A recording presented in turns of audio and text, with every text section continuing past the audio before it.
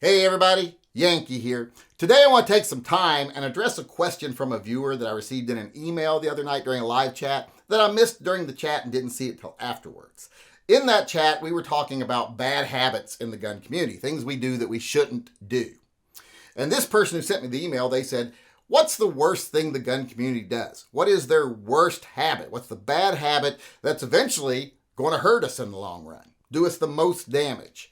And off the top of my head, first thing I thought was, not growing the tent, being divisive, fear-mongering, creating separation over things where there's not really any separation, and tying gun rights to these other social issues that don't have anything to do with the Second Amendment.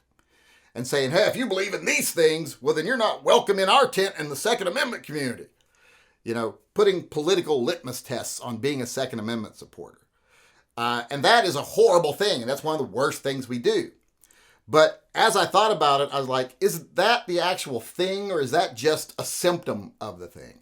And I started thinking, I think one of the worst things we do as a community, as a gun community, people who actually care about the Second Amendment, is overestimate our numbers.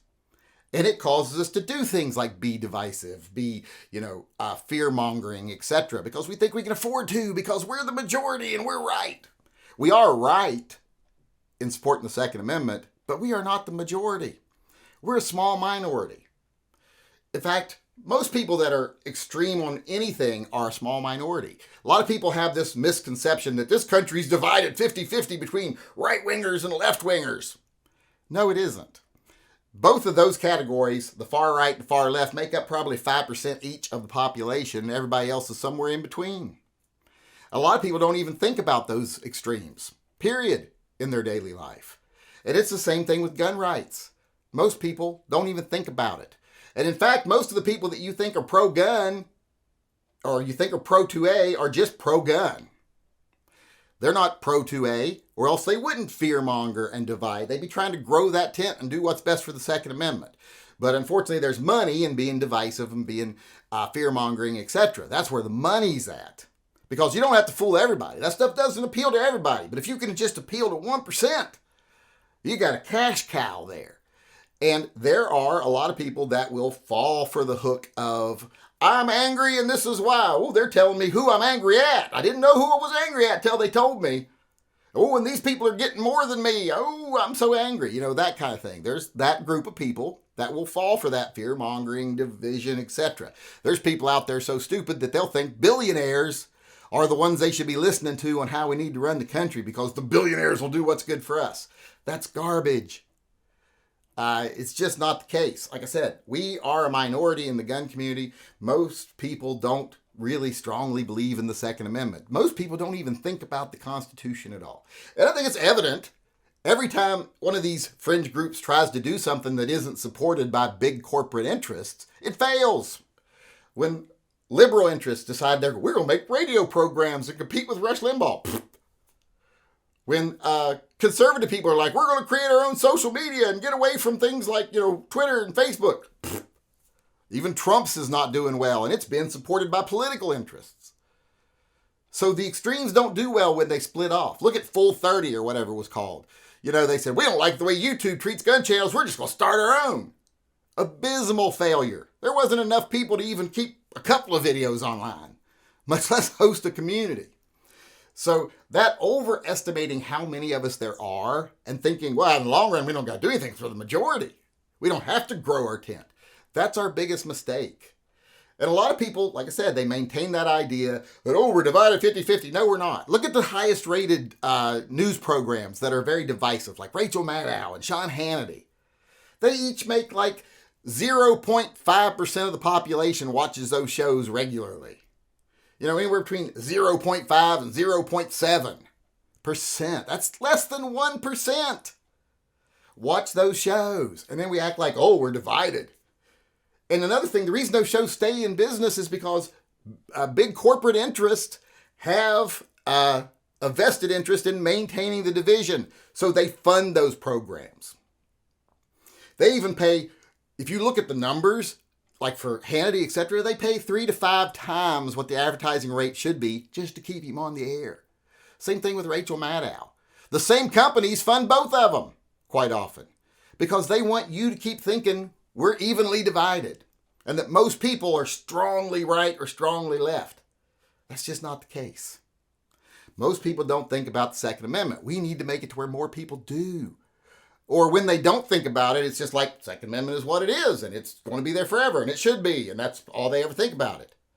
But because to do that, we need people on the other side, the other extreme of the Second Amendment, that are saying it's important, it's under attack, and blah, blah, blah. We need to keep being vigilant. But we need to make it to where it's not even an issue anymore. Unfortunately, the big organizations like the GOA, the NRA, etc., well, they don't want that to happen, because if no one thinks the Second Amendment's an issue anymore, who's going to give them their money? How are they going to keep living high on the hog? How are they going to keep the funds flowing and the yachts floating? They're not going to be able to. So they don't have any desire to do that. We have to do that as people. We have to start realizing, even though we're right, we're not the majority. And we need to become the majority. And you don't become the majority by being divisive, being exclusive, etc. Like I said, the gun community needs more doormen, people who open the door, and less bouncers, less security. Everybody thinks they're the bouncer for the Second Amendment. You know, like I'm keeping out the people that don't belong here. No, everybody belongs here. I want every gay person, straight person, every transsexual person, every black person, every white person, every Asian person, every Christian, every Muslim, every Jew to be part of the gun community.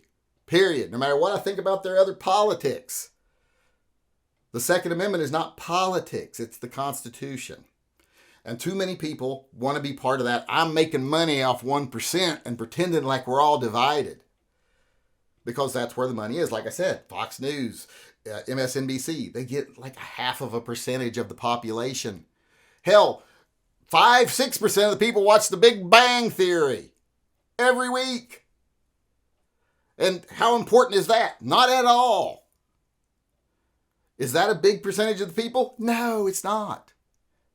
And it's multiple times, 5, 7, 10 times the number of people who watch these shows that supposedly show how divided we are. And it's the same thing on YouTube, like I said. These gun channels that are pro-2A. No, they're pro-money. They're pro-maintaining division, maintaining fear, keeping people angry at each other so we don't pay attention to who the real bad guys are. I mean, like I said, when it comes to time when people are thinking that Elon Musk is the one speaking for me, well, then you've really been deluded into who the enemies are. Your next door neighbor who has different political opinions than you isn't the enemy. Someone like Elon Musk who wants to be able to do whatever he wants to do because he has the money and he thinks he should have the right to do whatever he wants to do and no one should be able to tell him no. That's not your friend. That's not the ones looking out for you. So I think that's the worst thing we do in the gun community. We overestimate how many of us there are. We underestimate the need to grow the movement. We desperately need to be more inclusive. I've never understood why these days people can't have differences of opinions and still be friends. I have huge differences of opinions with a lot of my friends. But we keep it in a box. You know, it's separate from everything else. People don't seem to be able to do that anymore. And on YouTube even, they tend to gravitate to one extreme or the other. When you talk about the spectrum of gray in the middle, people get angry at you because you're not supporting their black and white vision of what things really are. I have people get mad all the time because I'll say things like, well, that's not a simple black and white issue. You can support part of what that person said and understand the underlying philosophy there without going all the way to the crazy. But unfortunately, the far left and far right go all the way to the crazy, and the people who follow them and think that it's that choice or the other, they go all the way to the crazy. And if you say there's no reason to go that far, they get mad because, like I said, you're not supporting their dogma. And that is so prevalent in the online gun community right now. People think the GOA or the NRA have your backs and they have any vested interest in ever winning this fight. They don't. They think most of the people who have gun channels, who are always telling them who to be mad at, who's coming for their stuff, and who's the enemy, they think they're the true 2A warriors. They're not. They're profiteering off of you Most people don't have that strong of opinion about the Second Amendment, left or right. And when the politicians do it, they're just catering to a small number of people. Even when someone on the left is anti-gun and someone on the right pretends to be pro-gun, they're both pretending, and they're only appealing to like 5% of the population. Because they know that the vast majority of the population doesn't really care either way, and they're going to get their percentage of that, but they can't afford to lose the fringe. They have to get as many of the fringe as possible to pad their numbers. So they do that as political theater. Things don't ever change. People ask me like, oh, what do you think is going to happen if this person wins the election or that person wins the election? Nothing's going to change. It's going to be business as usual. Billionaires are going to prosper. Middle class is going to suffer. And they're going to keep throwing bones to poor people so that they'll keep voting one way or the other. And they're going to keep fear-mongering to poor people so that they'll blame other groups of citizens for their problems instead of saying, hey, you've been in charge for 30 years. Why aren't things better? And like I said, that is really evident in the gun community. We allow ourselves to be manipulated by fear and division. We underestimate how much we need to grow the tent right now because it doesn't matter how many court battles we win. If 15, 20 years from now, 85% of the population says, yeah, the Second Amendment's outdated, and the only people that actually support it are these radical loonies, well, then we'll see a constitutional amendment. So that's the thing we do worst. We overestimate our numbers. We underestimate our need to actually grow the gun community, and that's something we need to change. Something that I got as a question in it. They're still got abysmal... I'm all over the whole notion of not growing. I wanted to address. Hey everybody, Yankee here. You know, the question that came in.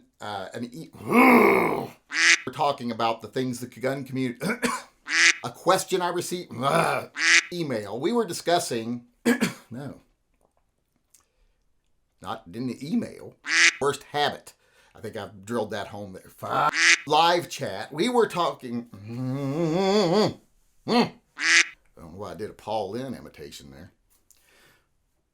And it's obvious even when you watch. I don't know what I'm talking about. I don't have a clue. Let me start over.